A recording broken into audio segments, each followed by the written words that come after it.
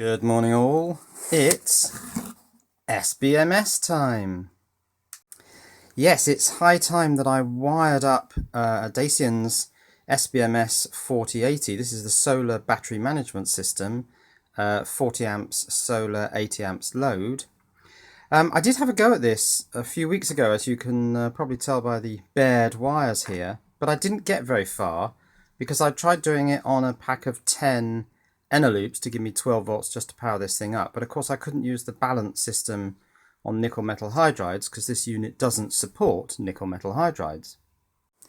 But today I'm much better equipped to test this unit out because Dacian's also sent me this pack of supercapacitors.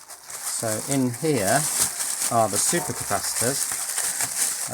They're 2.5 volt, I think, yes. 220 farad, 2.5 volt, and there are 8 of them in here. And also are the circuit boards, or the module, where you can connect the supercapacitors together in series. Here, the 8 of them sit in here, and then connect the ribbon cable to the SBMS. And with supercapacitors, things are going to happen more quickly because they charge and discharge more quickly than batteries. So we should be able to see how this device works.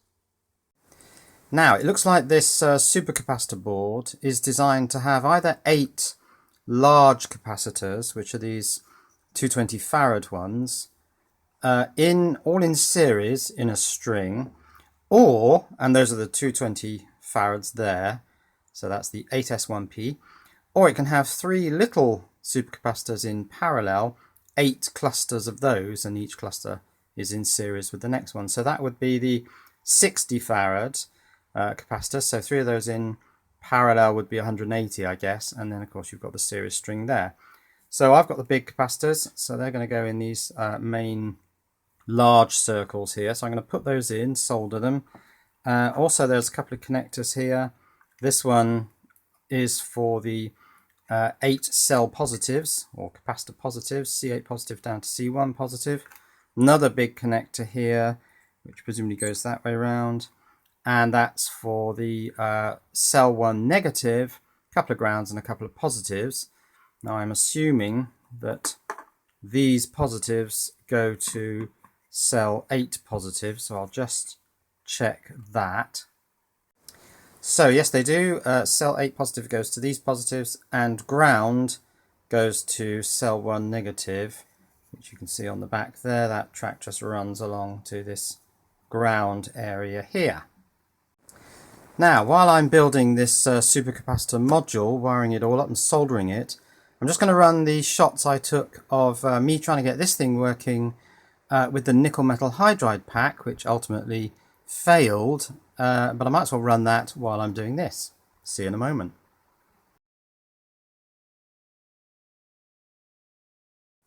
Good afternoon all. This is the ElectroDacus SBMS4080. It's Dacian's creation, which he sent me so long ago I can almost not remember when it was, and I've never powered it up. Why have I never powered it up? Well, because I was a bit scared. There's a procedure for powering it up, which I think is to put the positive of the battery onto battery positive and then connect the negative of the battery, but that has to go to these 2 ground connections, pin 1 and 2 on this connector, which I have now separated out, so I am going to do it today. Then it does a calibration, and you have to make sure that, I think, that PV and load are not connected when it does its calibration. And it's this confusion that's put me off powering this thing up, but I absolutely have to do this, so today I'm going to. And if it blows up, well, it blows up. That's one of the things that's put me off. I didn't want to blow up this SBMS4080. Now today's desktop is brown paper, so if there are flames, woof. So let me just go through what I know. This is a solar battery management system. It will work with up to 8 cell batteries. This is the balanced charge lead. Now one of the things that I was a bit confused about when I got this was that pins 1 and 2 I thought should line up with brown and red, brown being 1 and red being 2, actually it seems to be black and white, but I've got a feeling that this cable has been pressed into the connector the wrong way round. I think that's all that's happened here, but definitely ground is 1 and 2. So that's what I'm going to connect the ground to. Now the 40 and the 80 I believe are amps, so 40 amps PV. There are 2 connections for PV positive. 80 amps I believe is for the load. There are 4 connections paralleled up for load positive. There are also 4 connections of course for battery positive, so that you can have 80 amps flowing, I don't know, from the battery through to the load. And there is an 80 amp MOSFET in there. That would require additional heat sinking, I believe. I can't remember what the numbers are for no additional heat sinking. This does have an aluminium plate back. But anyway, enough of this waffle, because that's just putting off the day of reckoning still further. So let's strip these 2 cables, and then I'll attach negative to these and positive to battery positive. I want to see this display light up. So let's do this without any edits. Battery positive goes to battery positive, if I can get that on there. Ground is these 2 leads that I've just stripped back, so let's put those on there. So I'm using a stack of 10 nickel metal hydride batteries. Doesn't really matter what I use to power this up, as long as it's within the range of the voltage regulator. 12 volts I think is fine. Let's do it. Will it power up? No. Why is that? Right, well it seems that you can't just stick some nickel metal hydride batteries on this. I've had to attach the positive of the battery both to battery positive and to the cell 8 connector. It does kind of work because it powers up, but it goes a bit bonkers. If I look at monitoring, it's kind of not showing all 8 voltages, because I presume some of them are a bit nonsensical and floating, and it then seems to lock up in that mode, and I can't... Oh, yes, I can back out. But that's definitely not right. So, I probably need a stack of 6 or maybe 8, or I don't know how many cells to make this sort of menu behave itself. So I don't think I can really continue now. So I'm going to abandon this. That doesn't seem very keen to go back. It does seem to be a bit confused. Oh, back maybe. No, menu. No, so I'll just pull the power, I suppose. Oh, that did go back. Don't know why. Confused.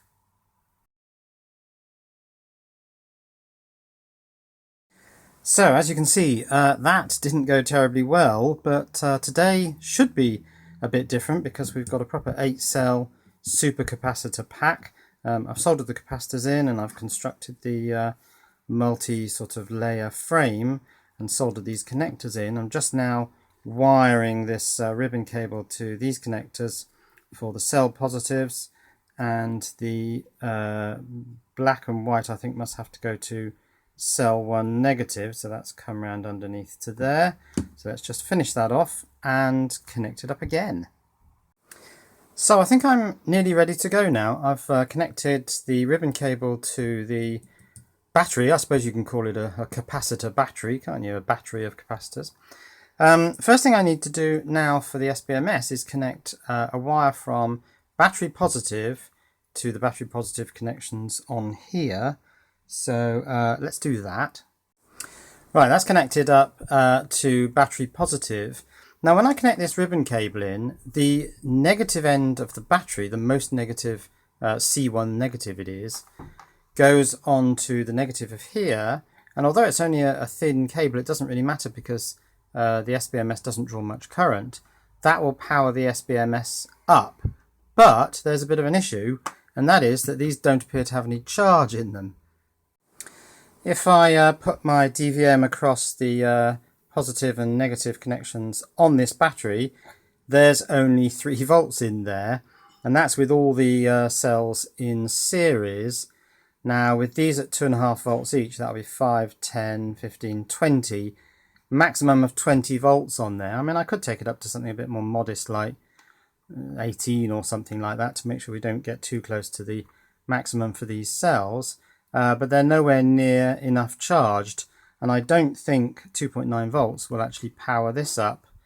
No, there probably needs to be a bit of overhead for the regulator, so I'm going to attempt to charge this capacitor bank by putting a constant current source across there. Now it's going to have to be capable of 18 volts, and I'll be supplying it from my 12 volt solar system, so I'm going to need a boost converter. Now there is a bit of an issue here, and that is that if I connect my 12 volts into this boost converter, this cannot supply less than 12 volts. It can't supply less than the input on the output.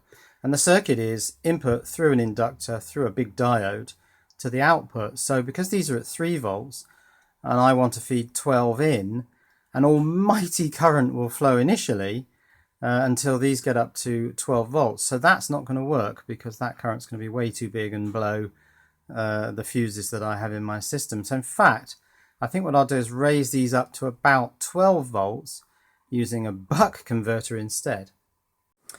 Right, I've connected the negative of my power supply to negative of the battery bank, but I haven't connected positive because I'm feeling like a total wimp and I just don't want to blow anything up. So to play safe, I'm going to put a light bulb in the positive line, because then nothing can really go wrong, can it? If anything does go wrong, the light bulb will just light up. So this is just me being a total wimp, because I'm dealing with, well, this quite expensive and one-off unit. I don't want to blow this up, and these things potentially have a lot of power in them, so I'm just going to play safe. Right, there's my light bulb in the positive line. Completely unnecessary probably, but I just don't want to get into trouble.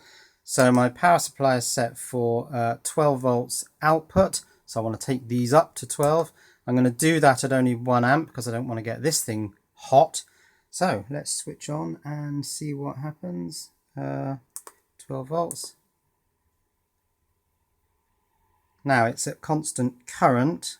There's 1 amp flowing, so the light bulb has lit because there's a voltage differential, I presume.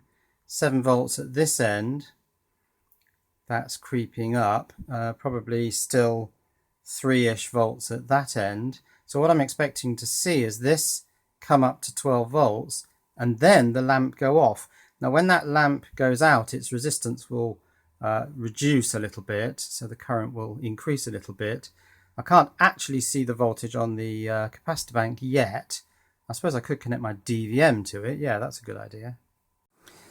As I say, the light bulb's really unnecessary. So the power supply has reached 11 volts. The capacitor bank is up at 6.8. Just about to hit 7 volts. So I'm just really waiting for the capacitor bank to get to near enough 12 volts and the lamp to go out. Okay, so my power supply now has hit 12 volts, gone into constant voltage mode, so it'll just sit there on 12 volts now. The capacitor bank voltage is coming up, 8.5. The bulb is getting dimmer. When that goes completely out, as I say, its resistance will reduce a little bit. But I mean, I'm current limited on the power supply, so I don't quite know why I've felt the need to put additional current limiting in, because that's what the bulb's doing effectively. But I'm playing safe. So that's got to 9 volts. I'll wait till the capacitors get up to 12. Right, the bulb filament has gone out, so that's just now a piece of cold wire. What's this? 21 watts, 12 volts, so it's about half an ohm, a little bit more than half an ohm. So it's just really a bit of resistive wire in my circuit. Capacitor bank is continuing to climb up. The voltage differential between the two, I suppose actually if I didn't have that, I'd be charging at a constant current, which would mean it would happen a bit quicker. I'll probably take it out in a moment. Right, capacitors are up to 11.6 volts. You can see this is the current now. I'm showing it's 12 volts on the power supply. the current's falling away, it's 300 milliamps, and that will continue to fall away as the capacitors reach the same voltage as my power supply, 12 volts. Not far away. In fact, I could probably stop now. There's enough voltage in this battery bank to power the SBMS. Right, ready to plug it in. Now just a final quick check. It says on this little diagram here that pins 1 and 2 are ground. 1 and 2 are on the left of that connector, so that's definitely black and white. Black and white go there to cell 1 negative, so that has to be ground. So if I plug this in, I'll put the full 12 volts across this unit. This unit will power up and should be able to measure the individual cell voltages. Let's try it. Now you have to power this thing up without any PV or load attached, so that it can zero out the current sensors. So I'll certainly do that and hope there's no bang.